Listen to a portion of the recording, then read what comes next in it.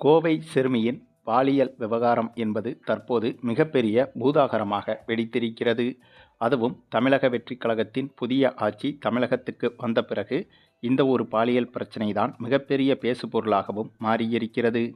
இதற்கு முன்பு திமுக அரசில் இதேபோன்று எத்தனையோ பாலியல் வன்கொடுமைகள் நடந்திருக்கிறது. குறிப்பாக குழந்தைகளுக்கு எதிராக.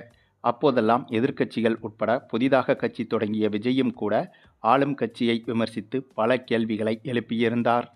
தாங்கள் ஆட்சிக்கு வந்தால் இதுபோல நடக்காது என்றும், அதற்காக சிங்கப்பெண் அதிரடி திட்டம் உள்ளிட்டவைகளை அமல்படுத்துவோம் என்றும், அப்படி ஒருவேளை மீறி நடந்துவிட்டால் திமுக ஆட்சியில் நடந்தது போல குற்றவாளிகளுக்கு தப்பிக்க அவகாசம் கொடுக்க மாட்டோம் என்றும், உடனடியாக தண்டனை வாங்கி கொடுப்போம் என்றும் விஜய் அவர்கள் தேர்தலின் போது பேசியிருந்தார்.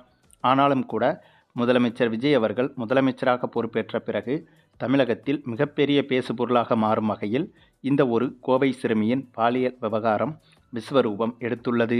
இந்த விவகாரத்தில் சிறுமிக்கு தெரிந்த பக்கத்து வீட்டு நபரால் தான் இந்த ஒரு கொடுமை நடத்தப்பட்டுள்ளது. அதுவும் இந்த சம்பவத்தில் ஈடுபட்ட நபர் இப்போது அதிரடியாக உடனடியாக கைது செய்யப்பட்டும் இருக்கிறார்.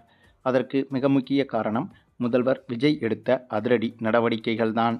காவல்துறையை முழு கட்டுப்பாட்டில் வைத்திருக்கும் முதலமைச்சர் விஜய் மற்ற விஷயங்களுக்கு இரண்டாம் இடம் கொடுத்துவிட்டு முதலில் இந்த சிறுமி வழக்கில் சம்பந்தப்பட்ட குற்றவாளியை கைது செய்ய வேண்டும் என்று தீவிர நடவடிக்கைகளில் இறங்கியிருக்கிறார்.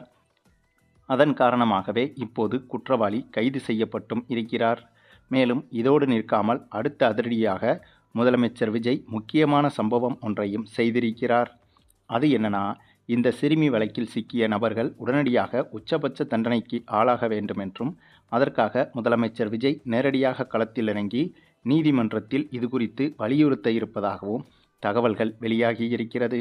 சாதாரண ஒரு வழக்கில் முதலமைச்சர் என்ட்ரி கொடுத்தாலே அது எந்தளவுக்கு பவராக இருக்கும் என்பது அனைவரும் அறிந்ததுதான். ஆனால் இதுபோன்ற பாலியல் வழக்கில் நீதி உடனே கிடைக்க வேண்டும் என்பதற்காக முதலமைச்சர் ஒருவரே இந்த வழக்கில் நேரடியாக களமிறங்கினால் அந்த வழக்கின் விசாரணை மின்னல் வேகத்தில் நடைபெறும் என்பதில் எந்த ஒரு சந்தேகமும் கிடையாது. ஆகவே முதலமைச்சர் விஜய் அவர்கள் இந்த வழக்கில் இவரே நேரடியாக களமிறங்கி நீதிபதி முன்பு ஆஜராகவும் கூட வாய்ப்புகள் இருப்பதாக தெரிகிறது.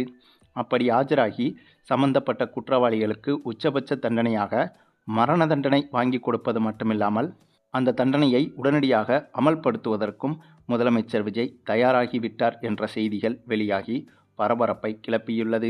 அது மட்டுமில்லாமல் இதற்கு முன்பு இதுபோல எத்தனையோ மாநிலங்களில் எந்த ஒரு முதல்வரும் இப்படி எந்த ஒரு முக்கியமான வழக்கிற்கும் தானாக முன்வந்து ஆஜராகவில்லை என்பதும் குறிப்பிடத்தக்கது. ஆகவே தமிழக வரலாற்றையும் தாண்டி இந்திய வரலாற்றிலும் கூட எந்த ஒரு முதலமைச்சரும் செய்யாத ஒரு விஷயத்தை முதல் முறையாக முதலமைச்சர் விஜய் செய்ய இருக்கிறார். சரி, இது குறித்த உங்களுடைய கருத்துக்களையும் கமெண்டில் தெரிவிங்க.